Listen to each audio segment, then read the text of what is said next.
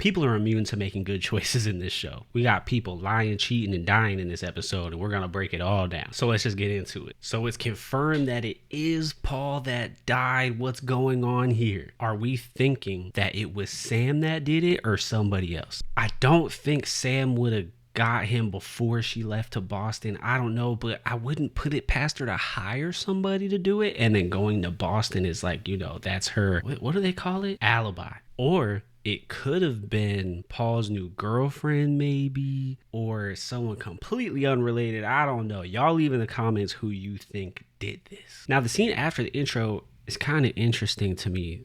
Let me explain why. The detectives are interviewing this random couple, and I don't know why they're in the show at all. Something tells me, I mean, it could be a red herring, but something tells me they're going to be important because they could have interviewed characters that we've been introduced to already that were at the party. For them to introduce these people that we haven't seen before is kind of, you know, interesting. But in this scene, they say that Coop got in a fight with Paul, and so now Coop is also going to be a person of interest in this case. The neighbor's response to Paul dying, though, is hilarious. I'm getting a gun. What do you think, Coop? I think as soon as Gordy gets a gun, it's only a matter of time before he shoots his own dick off.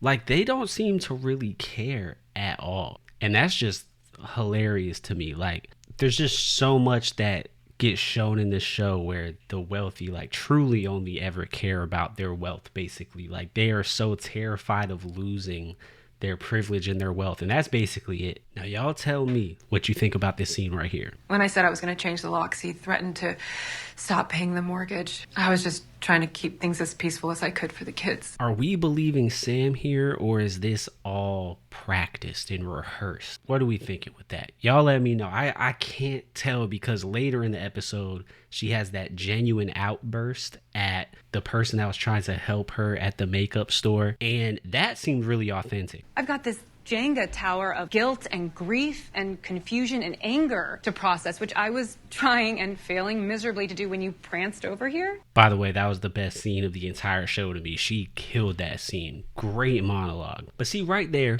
when she's talking to a stranger who has no type of connection to anything, she just was very authentic and genuine, it feels like. So I'm thinking it wasn't Sam that did it, but I don't know. But this is where the bad decisions come into play. By the way, if you want to dig deeper and break down these shows that you love, I make series like this every single week. So go ahead and subscribe if you want to see more videos like that. Hey, you think it'll be strange being back there with Coop? What do you mean? It's where y'all fell in love. No. Poor guy. Oh my God. She cheated, bro. She cheated. And man, I can't tell where this man, Coop's love triangle that it's about to be between him, his ex, and Elena. First of all, I hope it's not a love triangle. And also, I just realized he's also with Sam. So it's a square. He's in a love square. So this man needs to get right. He has to figure out what he's doing. Well, it wasn't really a fight. It was just sort of Paul being Paul. Well, now Paul's being dead, so I gotta ask you what the fight was about. So we see Coop lie throughout this whole entire interrogation, which is smart because he's definitely, you know, if he told the truth, it wouldn't look so good for him. So, but we also see Sam lie about her relationship with Coop. So she could have been lying about other things in that interview. She could have. We don't know. You know, I'm surprised to see you here. I figured your pub days were long over. I mean, now that you have a family and all. Kidding? It's the only time I really get to myself. Everybody cheating this episode. Everybody's cheating this episode. Everybody trying to get back with their exes, man. What's happening? These people are really stuck in the past, not being able to move on when it comes to their relationships, which is really interesting. It's an interesting theme, right? I want to see where they go and expand on that, other than it's just hard to move on. I want them to dive into it a little bit more than that. Give it some complexity, some nuance. Speaking of which, the cops asked me if I'd been seeing anyone. Well, I hope you told them no. Of course I said no. The last thing I need is Mel and everyone else icing me out, but thanks for your concern. You know, I am concerned. Yeah, just not for me. You know, I'm really curious about where things are going to go with Sam, because it's kind of shown over and over and over again how Sam actually genuinely cares for Coop, but can't really get into a relationship with him because he's not, you know, available. He's still stuck on his ex, and then also he's not really committing to her in any type of capacity. But I feel like at some point she's gonna break, right? Like at some point she's just gonna give up. And I know that kind of got, you know, she said like the last time they slept together that would be it or whatever, but it still felt kind of up in the air what was gonna happen. I feel like her character, like something's gonna happen that's gonna be this, it's gonna be a big blow up, I feel like. So what I like the most about this scene right here when they're on the way to the college is how they showed the transformation of the family and what occurred at the college, with showing this before right here and then showing this after. In the beginning they were all miserable, but now on the way back, everybody's all happy and feeling like a family together again. I thought showing that parallel was really cool, but also the emotional moment between Coop and his daughter right here, where he actually says the truth out loud to her, was also good. What do you know about love? I know what it feels like to have it, and I know how it tears you apart when you lose it. This may sound stupid to you, but sometimes you know more about love by losing it than having it in the first place. I know what it's like to see the little girl who used to hold my hand every day grow up and roll her eyes at me and speak to me with such contempt that it makes it hard for me to breathe. I love when shows in dialogue have that little bit of truth come out, because a lot of times with writing, what you want to do in dialogue is you never quite want to say directly what a character is feeling or whatever, but sometimes you can do it where it's very direct and it hits hard and it's great. And I feel like that's this scene right here to a T. By the way, if you want to watch this ad free and get other exclusive videos and join our community where we're always talking and breaking down shows, go ahead and join the Foster fam through Patreon. I hope I'll see you in there. Now, we don't see Elena much this episode, but we see her right here, and I want to know what this leads to.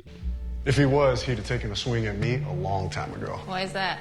I'm dating his wife. Ex-wife. And he went to your party. Yeah, I was surprised too. And she was never able to reach Coop this episode, and I want to know why she finds that so important. Maybe she just found out that he was getting investigated and he already knows he's getting investigated, but I'm curious what she has to say to him. Coop's son gets in the studio, gonna be making music. I still want to know where all this goes. What's happening here? And what I mean by that is, of course, like, you know, he loves music. We get it. They show it basically every episode. I just don't know how it plays into his growth as a character, or how it plays into the plot itself. Like, it doesn't really feel like it's going anywhere. Like, we know that he loves music. Okay, and so I'm still waiting for that answer. So Nick was worried about the right things, because they get back to where they fell in love and they just get drunk and have a grand old time reminiscing on things and like fall back in love again. But the part that's important is right here. She didn't take anything, all right? So you can walk away, or you can spend the next 6 months wishing like hell that you did.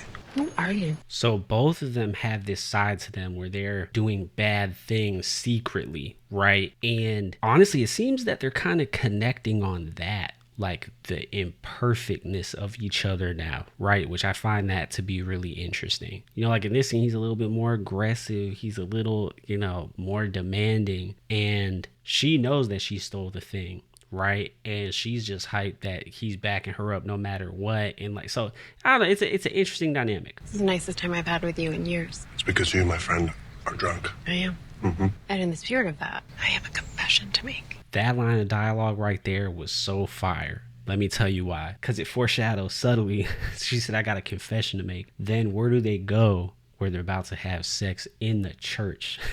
Confession, church. And she goes on to tell him that she stole something, right? But yeah, fire piece of dialogue. Great use of a word there. So right here with Coop's daughter, I couldn't tell if she's simply reliving her parents' mistakes. I don't know exactly why she decided to cheat on her boyfriend, other than she knows that her mom cheated and maybe she just wanted to see what it was like, or maybe it's, you know, a generational cycle kind of thing. Y'all let me know, why do you think she decided to do that? Because that kind of came out of nowhere to me. I feel like it could also be like something where she's so down on herself that she wants to ruin her life around her so it resembles the misery she feels inside. It could be something like that too. So in this scene, I thought he was actually going to open up and tell her the truth about stealing everything, but it was just a little bit, he opened up a little bit and just told her he actually got fired instead of, you know, quitting. But I like that though, this not diving full in, right? Just opening the door just a little bit, because we got some I think we got like 7, 8, 9, 10. We got 4 episodes left, so I like that. Just like giving a little bit, because I want to know what happens when she finds out the truth, because I feel like it's not going to be in a good way. It's not going to be him telling her. She's going to find out in a terrible way, and it's going to be it's gonna be drama. Talking about drama, let me tell you something. I was actually surprised at her reaction after she cheated on Nick with Coop. I was surprised because she actually didn't seem to care very much. I thought there was going to be a level of guilt afterwards, but there was none. Like, she just, like I said on that, like I showed earlier on that drive back, like the family's all happy, and then they go out to dinner together, and like it's all great. Like, it's going so good. Coop thinks he could get his family back, and she just has no remorse whatsoever. I thought that was very interesting. Like, both of these characters just kind of morally, y'all said, keying people's cars, stealing things, like they got to work on themselves. You know, she a therapist, she need to go see a therapist for real. But then we get to the end, and this was a crazy surprise that it was the art dealer that sent out this hit on Coop. I did not see that happening. I actually thought it was going to be Lou, one of these episodes, that was going to send a hit out on Coop. Now, the after effects of this is, first, I hope Barney does not die. I love him as a character. I hope he doesn't die. If he lives, it's going to directly involve him in what's going on with Coop, right? Because they're rich, you know, they're going to want to hire a lawyer, an investigator, figure out what's going on, you know what I mean? And like, Coop is going to have to tell him the truth, like, hey man, like, you know, I got fired, I've been stealing this stuff. And maybe because Barney needs money, he's going to get in on it with Coop and Elena and start, you know, stealing stuff with them. I can see it going that route for sure. But yeah, I hope he's not dead. I hope they all team up. That'd be pretty cool. But I also think Coop's going to want revenge somehow on the art dealer guy. And we're going to have to see how that plays out in these next 4 episodes. If you like this video, like I said, I do them weekly. So go ahead and like and subscribe so they'll show up on your feed. And until next week, I'll see y'all.